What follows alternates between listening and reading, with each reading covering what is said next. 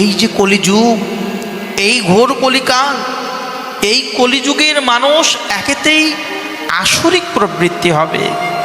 এই কলিযুগের মানুষ এই যে দেখুন বাংলায় সব কিছু ত্যাগ করে যাচ্ছে, মদ্য, মাংস, গাঁজা, নেশা, মৎস্য, এগুলা ত্যাগ করানো বড় মুশকিল। আমরা শত চেষ্টা করেও এগুলাকে ত্যাগ করানো যাচ্ছে না।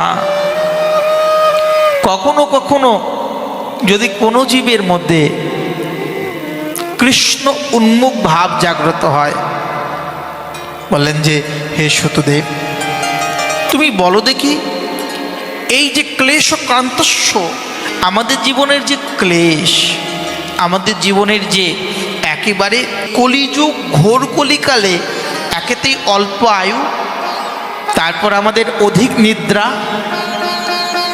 তারপর হচ্ছে আমরা সুকৃতিহীন, আরেকটা আছে, সেটা কি বললেন যে আমাদের এই সুকৃতিহীন, অল্প আয়ু, অধিক নিদ্রা, আর হচ্ছে কলিহত, কলি দ্বারা আমরা একেবারে গ্রাসিত, বারবার গ্রাসিত হচ্ছি।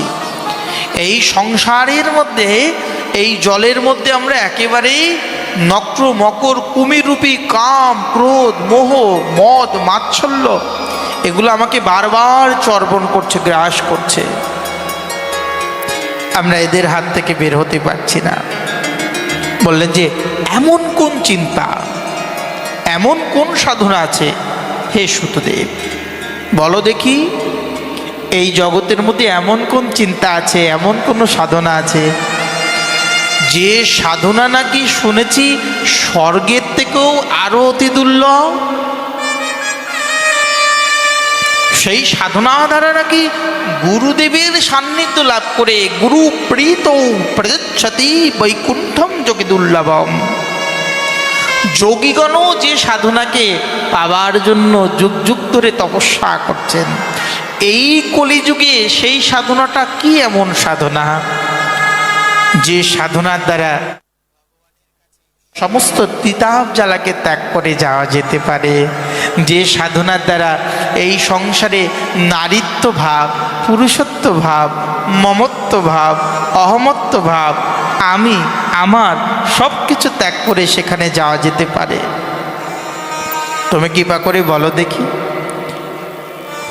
সনকাদি ঋষিগণের কথা শ্রবণ করে সুত গোস্বামীপাদ একটু একটু করে মুচকি মুচকি হাসি দিয়ে, হে ঋষিগণ, এই কলিযুগে পরীক্ষিত মহারাজজি বলেছিলেন, কাল বেল মুখগ্রাস